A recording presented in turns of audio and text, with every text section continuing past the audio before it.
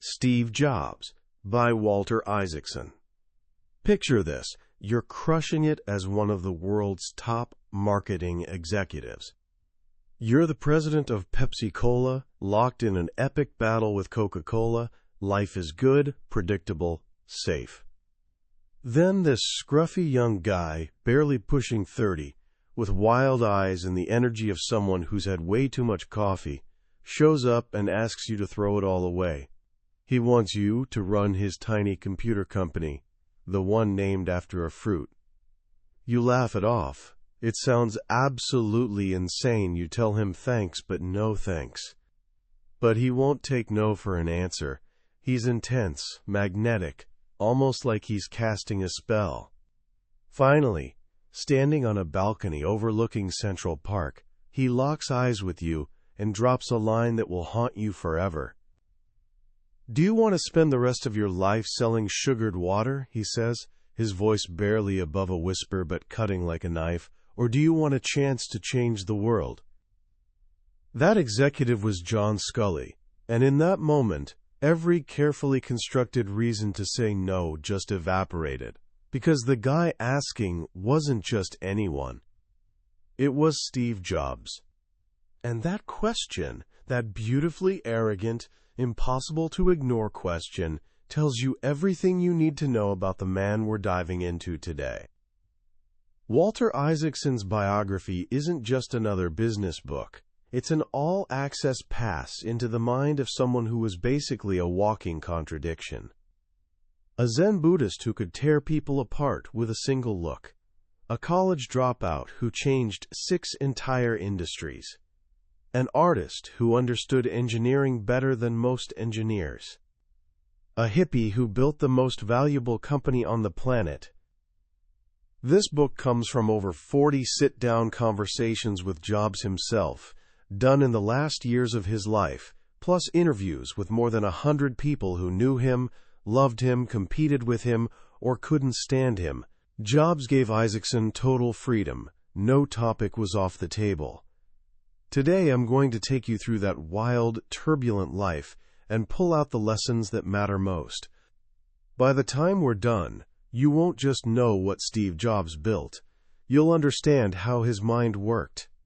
You'll see what drove him forward, what haunted him at night, and what gave him the audacity to, as he loved to say, put a dent in the universe. So buckle up. Let's explore the life of the man who thought different.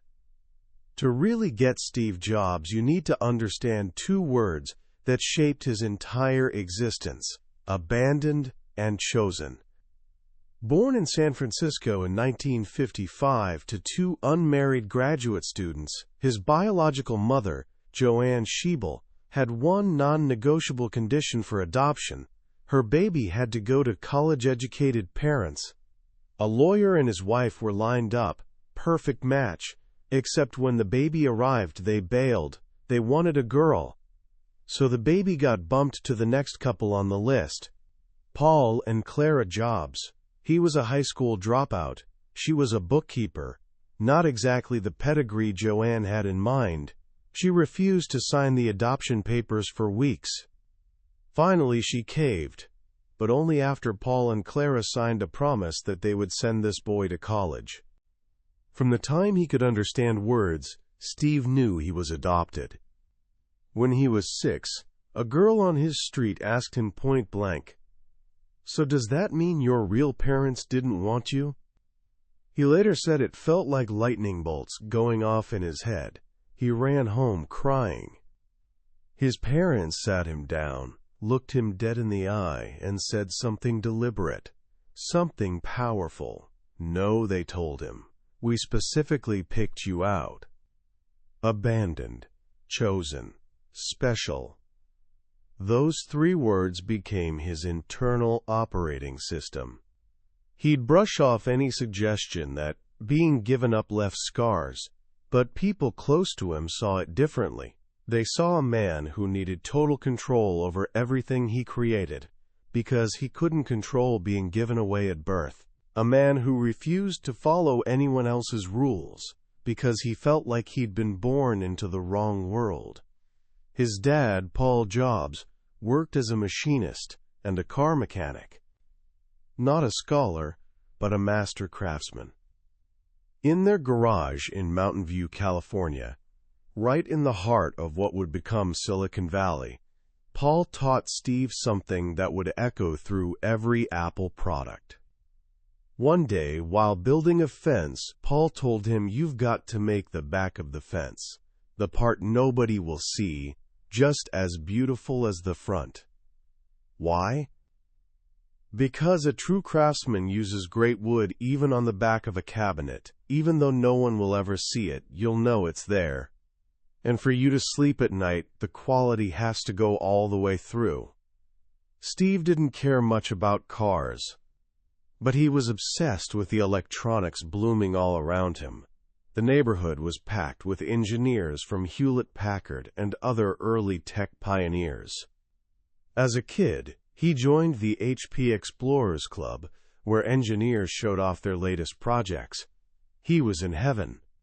One day, needing parts for a frequency counter he wanted to build, 13-year-old Steve did the most Steve Jobs thing possible. He looked up Bill Hewlett, the co-founder of HP, in the phone book and called him at home. Not only did Hewlett give him the parts, he offered him a summer job. This was the world that shaped him. California counterculture on one side, hippies, spiritual seekers, rebels, and hardcore engineering discipline on the other. In high school, he met the other half of Apple's founding story, Stephen Wozniak. Woz was a genuine wizard. 5 years older than Steve, but emotionally more like a gentle, shy kid who lived and breathed electronics. While Jobs was the visionary, Wozniak was the builder. He could design circuit boards with an elegance and efficiency that left people speechless. They bonded over pranks and Bob Dylan. They'd hunt down bootleg Dylan tapes, stay up all night dissecting lyrics, and connect with the rebel spirit in his music. Their partnership crystallized around their first real project. Wozniak read an article in Esquire about phone freaks, hackers who'd figured out how to make free long-distance calls using a device called a blue box that mimicked AT&T's routing tones. Wozniak, being Wozniak, designed the best digital blue box ever made. For him, it was just a fun engineering puzzle. He was happy to give the designs away. But Steve Jobs saw something else. He saw a business. "Why don't we build and sell them?" he suggested. This became their blueprint. Wozniak would create brilliant technology for the pure joy of it. Jobs would figure out how to package it, market it, and sell it. They built about 100 blue boxes, even tried to prank call the Pope.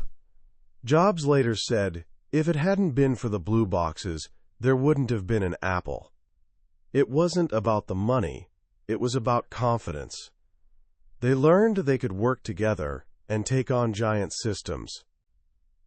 After high school, Jobs headed to Reed College, an expensive liberal arts school in Oregon. His parents drained their savings to send him, keeping their promise.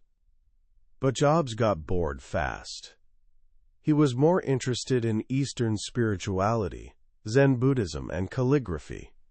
He was also experimenting with LSD, which he later called one of the most profound experiences of his life. After one semester, he dropped out. But he didn't leave. He crashed on friends' floors and audited classes that fascinated him. He learned about typefaces, about what makes great typography great. It seemed pointless at the time, but he was connecting dots nobody else could see. "If I had never dropped in on that calligraphy course," he later said, "the Mac would never have had multiple typefaces." He lived like a bohemian monk, returning bottles for change and getting free meals at the Hare Krishna temple. Then he went to India seeking enlightenment. He came back with a shaved head, wearing robes, and with a new clarity. His calling wasn't to be a monk, it was to create. To merge the spirituality and artistry he discovered with the technology he grew up with. Silicon Valley was where he belonged. He got a job at Atari, the video game company, and reconnected with Wozniak. Woz had been hanging out at the Homebrew Computer Club, a gathering of hobbyists showing off their latest creations. One day, Wozniak brought something revolutionary. He'd designed a personal computer where you could type on a keyboard and see it instantly on a screen. For the first time ever. Once again, Wozniak was ready to give it away. And once again, Jobs said, "Let's sell them." In 1976, in Paul and Clara's garage, Apple Computer was born. Jobs sold his VW bus. Wozniak sold his calculator. Their first order came from a local computer store. 50 fully assembled computers. Problem? They had no money for parts. Jobs, with trademark bravado, walked into an electronics supplier, convinced them the order was legit, and got the parts on credit. For 30 days straight, the garage became an assembly line. They delivered just in time. The Apple I was a hit with hobbyists. But Jobs wanted more. He didn't want to sell circuit boards to geeks. He wanted to sell a complete, friendly product to everyone. Enter the Apple II. While Wozniak engineered another masterpiece, Jobs obsessed over the complete experience. He found a venture capitalist, Mike Markkula, to invest. He hired a designer for a sleek plastic case, totally different from the intimidating metal boxes competitors were making. He even insisted the power supply run silently, without a fan, because fans weren't Zen. The Apple II, launched in 1977, kicked off the personal computer revolution. It felt like a consumer appliance. It made Apple a major company, and Jobs a millionaire. But Jobs always saw the Apple II as Wozniak's baby. He needed his own machine, one that would truly make a dent in the universe. That machine would be the Macintosh. The project started as a low-cost computer, but Jobs took over and poured his vision into it. He'd recently visited Xerox PARC, a legendary research center, where he saw something life-changing, a graphical user interface. Instead of typing commands, you could point and click with a mouse. Jobs famously said, "Good artists copy, great artists steal." He didn't just steal the idea. He made it 1,000 times better. The Mac became his obsession. He drove his team with relentless, often brutal intensity. He assembled a crew of brilliant rebels, his pirates, and pushed them to do the impossible. He believed only exceptional people could do exceptional work. His mantra was real artists ship, but he also believed perfection was worth fighting for. He'd call ideas terrible one day, then present them as his own a week later. He'd stare people down without blinking, pushing them past their limits. This was the birth of his legendary reality distortion field, a confounding mix of charisma, willpower, and a willingness to bend any fact to fit his narrative. Working for him was maddening, but also inspiring. His team believed they were changing the world. To launch the Mac, Jobs didn't just plan an announcement. He orchestrated theater. He hired director Ridley Scott to create a stunning Super Bowl commercial. The 1984 ad showed a lone rebel shattering a screen, where a Big Brother figure droned on to mindless masses. The message was crystal clear. Apple was the rebel fighting IBM's conformity. The Macintosh, launched in 1984, was a masterpiece. Insanely great. It didn't just change computing. It changed our relationship with technology, making it personal, creative, accessible. But success brought tension. Jobs' pirate mentality clashed with running a billion-dollar company. He got into a power struggle with John Scully, the very man he'd recruited with that famous line about sugared water. Jobs thought Scully was clueless about products. Scully thought Jobs was chaos incarnate. In spring 1985, the board sided with Scully. Steve Jobs, at 30 years old, was stripped of his duties. Exiled from the company he founded. This was the end of Act 1, a devastating public humiliation. Jobs felt betrayed, abandoned again. But later, he'd say, "Getting fired from Apple was the best thing that ever happened to me." The weight of success was replaced by the lightness of being a beginner. It freed him to enter one of the most creative periods of his life, his wilderness years. He started NeXT, a new computer company. Freed from constraints, he indulged his perfectionism to the extreme. He wanted the most perfect computer ever made. The NeXT computer was a flawless black magnesium cube. Jobs obsessed over invisible screws and built a multi-million-dollar automated factory. The result was technologically brilliant, stunningly beautiful, and a commercial disaster. Too expensive, too ahead of its time. Meanwhile, he bought a small computer graphics company from George Lucas for $5 million. It was called Pixar. At Pixar, Jobs learned a new management style. He'd always believed in hiring exceptional people, but at Pixar, he was surrounded by a different genius, artists and storytellers, like John Lasseter and Ed Catmull. He couldn't bully them into creativity. He had to trust them, give them space, be a patron. Pixar was bleeding money. Jobs personally funded it for years, pouring over $50 million of his own fortune into it. The company tried selling high-end graphics computers, but Jobs realized the real magic was in Lasseter's animated short films. He bet everything on a feature film. That film was Toy Story. The process was rocky. Jobs negotiated brutally with Disney's CEO Michael Eisner, ending up with a deal that gave Disney most of the profits. But Toy Story, released in 1995, became a blockbuster. Not just a technological marvel, but a storytelling masterpiece. The week after Toy Story opened, Pixar went public. By day's end, Steve Jobs, the guy everyone had written off, was a billionaire. During these years, his personal life transformed too. He tracked down his biological mother and discovered he had a full sister, novelist Mona Simpson. They became incredibly close. He also began repairing his relationship with his first daughter, Lisa, whom he'd denied was his for years. And he met Laureen Powell, the woman who'd become his anchor, smart, grounded, tough enough to handle his intensity. They married in 1991 in a simple Zen ceremony and started a family. For the first time, he had stability at home. While Jobs was building NeXT and Pixar, Apple was collapsing. Without his vision, the company lost its way, churning out confusing beige boxes, losing market share to Microsoft, teetering on bankruptcy. After a parade of failed CEOs, the board brought in Gil Amelio.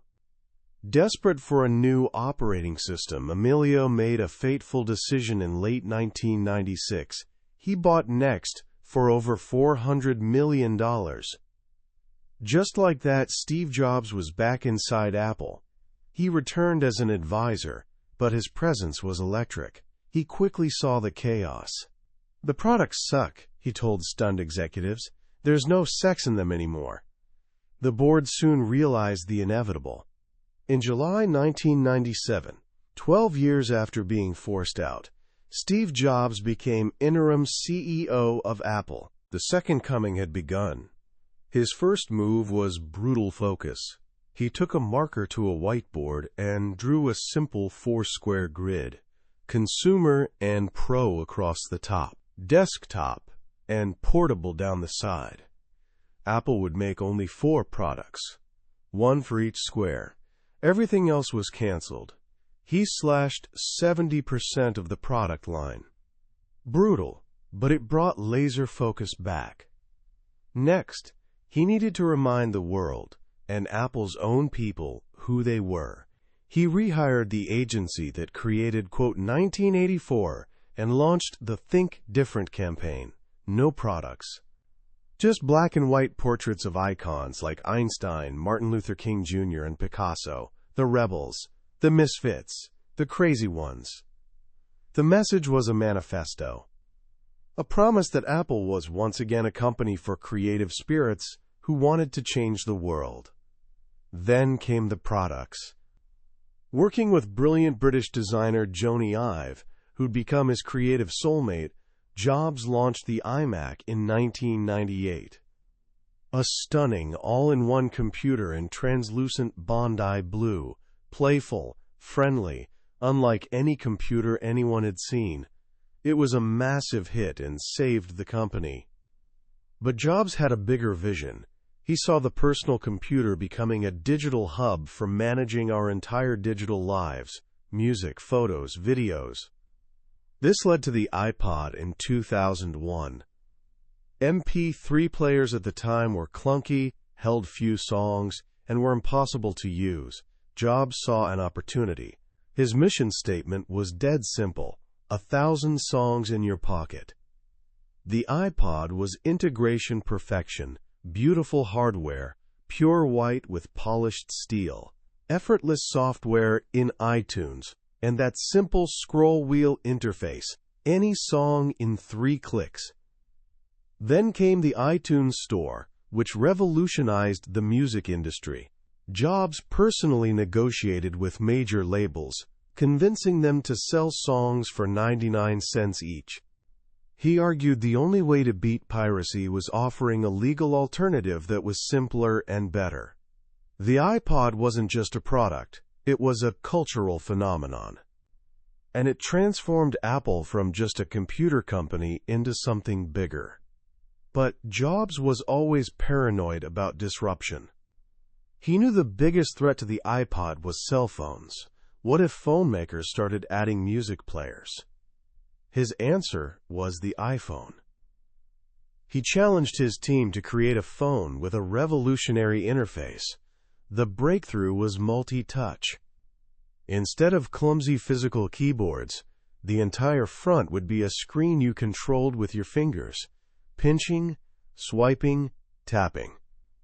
He obsessed over every detail, from the slide to unlock gesture to the feel of the Gorilla Glass screen which he personally sourced from Corning.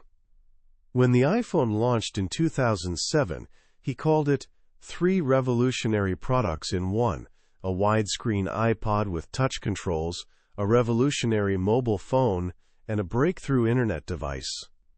It didn't just add to the phone category, it redefined it. And with it came the App Store, which unleashed developer creativity and created an entire new industry. Jobs had one more act. He'd always been fascinated with tablets, but believed they'd all been done wrong. They all had styluses. "God gave us 10 styluses," he'd say, holding up his fingers. "Let's not invent another one."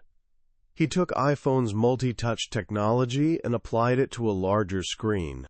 The result was the iPad. When it launched in 2010, critics were skeptical. What was it for? But Jobs understood something fundamental about desire. People don't know what they want until you show them.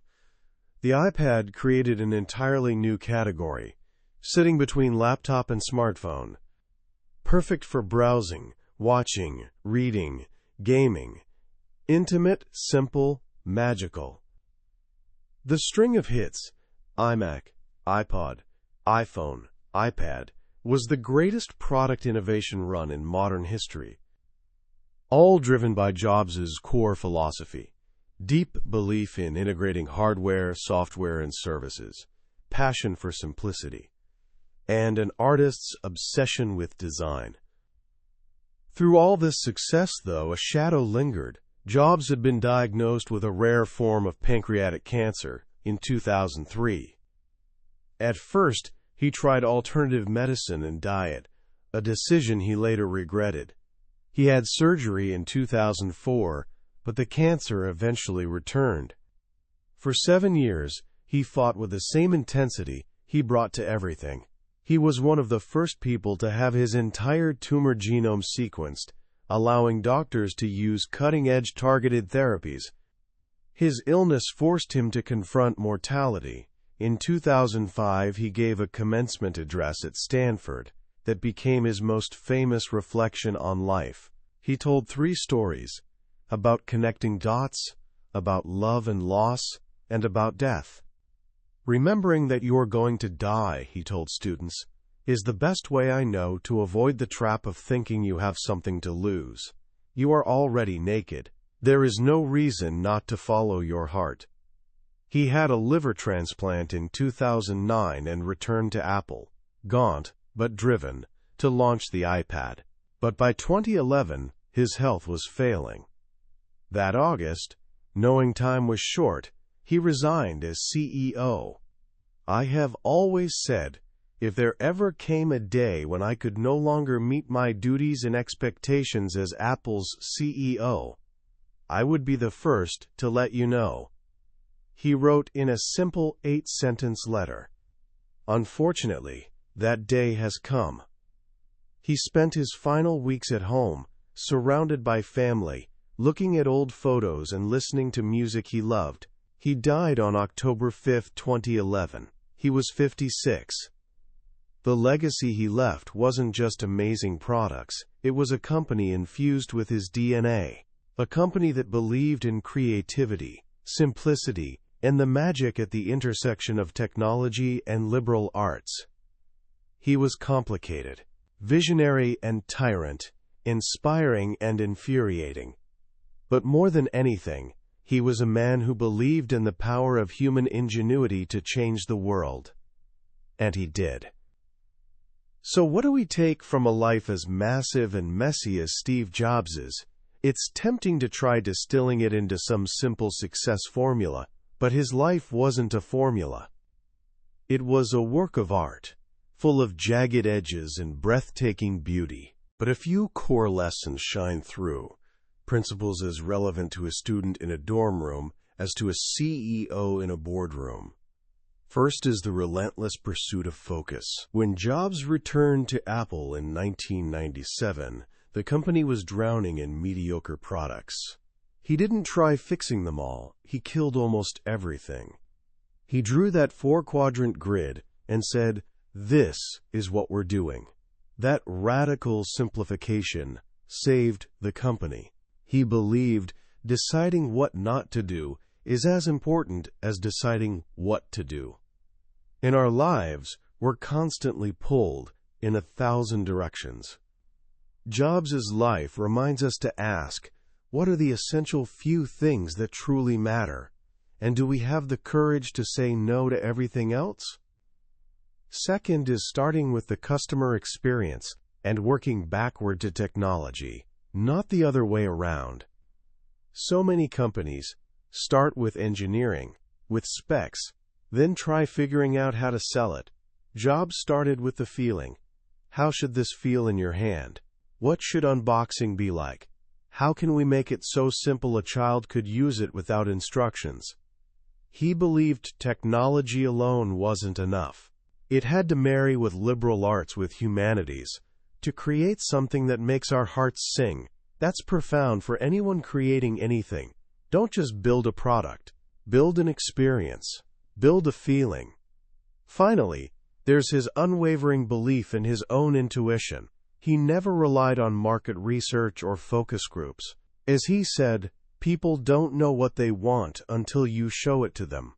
He trusted his own taste, his own sense of what was insanely great. This wasn't just arrogance. It was deep confidence in his ability to see around corners, to connect dots others didn't know existed. It's a call for all of us to trust our instincts more, to believe in our unique perspective, even when, especially when, it goes against conventional wisdom. His life wasn't a blueprint for being nice. He was often difficult, impatient, even cruel, but it's a testament to the power of passion. He cared. He cared about every pixel, every screw, every curve.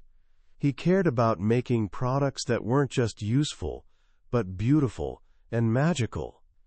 He believed people crazy enough to think they can change the world are the ones who do, and in the end, his greatest legacy might be inspiring us to believe we can too. That was the book summary of Steve Jobs by Walter Isaacson. We've hit the highlights today, but honestly, a summary can only take you so far. The real magic happens when you read the book yourself. It's in the quiet moments when a particular story or simple phrase hits you in a way you didn't expect. This summary is designed to help you decide if this book is worth your time. If anything we've talked about today has resonated, grab a copy, because reading it isn't just learning. It's an experience that can genuinely change how you see yourself and your daily life. Also, if you found this summary valuable, please subscribe to the channel so you don't miss our next journey into another life-changing book in the billionaire's bookshelf. Let's keep growing.